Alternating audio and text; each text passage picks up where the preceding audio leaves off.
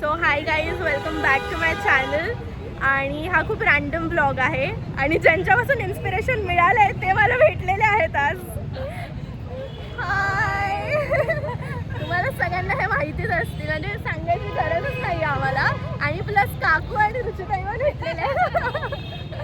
लवकरच तुमच्या पूर्ण फॅमिलीला भेटायची खूप इच्छा आहे मला. मीटअप ठेवणार आता सगळे येतील. नक्की नक्की. तुम्ही माझ्या चॅनलवर ऐकलंय मीटअप ठेवणार आहे म्हणून.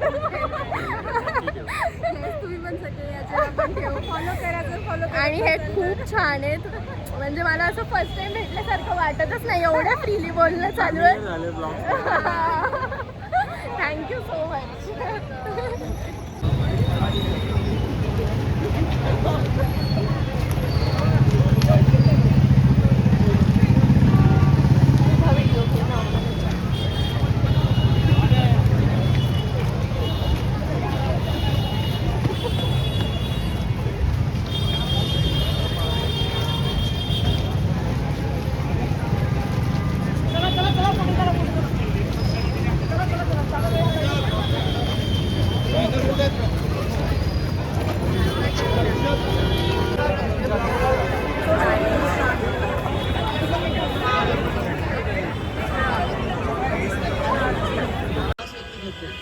आज ही राजकारणाची पहिली पायरी चढायला चालू आहे, ही फक्त पायाभरणी आहे. येणाऱ्या काळातल्या 10, 15, 20 वर्षात या संपूर्ण महाराष्ट्र राज्यामधला एक खूप सक्षम नेता तुमच्या I mean athlete, I was a professional athlete.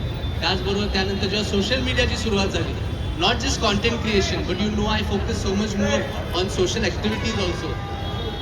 माझ्या यूट्यूबच्या रेव्हेन्यूमधून जे पहिल्या महिन्यात रेव्हेन्यू मिळाला ते आजच्या घडीपर्यंत गेले 4 वर्ष प्रत्येक महिन्याचा रेव्हेन्यू मी गोरगरीब लोकांना मदत करण्यासाठी वापरतो. आणि या सगळ्या गोष्टींच्या आजच्या सगळ्यांचं आज तुमच्या सगळ्यांसाठी काम करायचं आहे, म्हणून हे पद मला मिळालेलं आहे. आणि तुमच्या सगळ्यांसाठी सक्षमपणे काम करून दाखवेन असा विश्वास तुम्हाला सगळ्यांना देतो. आणि येणाऱ्या काळात असंच तुम्ही सगळे माझ्यावर प्रेम करत राहा.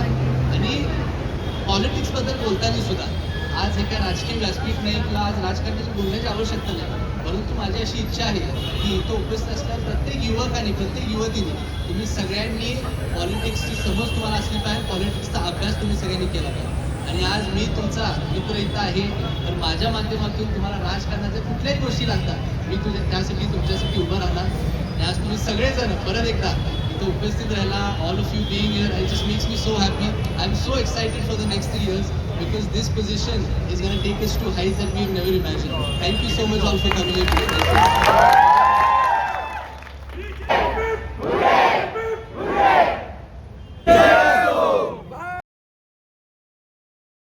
सो गाईज, फायनली ज्याच्यासाठी आपण गेलेलो होतो ते एकदम सक्सेसफुली झालेलं आहे.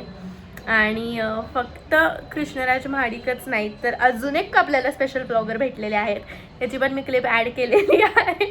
तिथे असं बघू नको यार, कॉन्शियस होता आणि खूप छान वाटलं.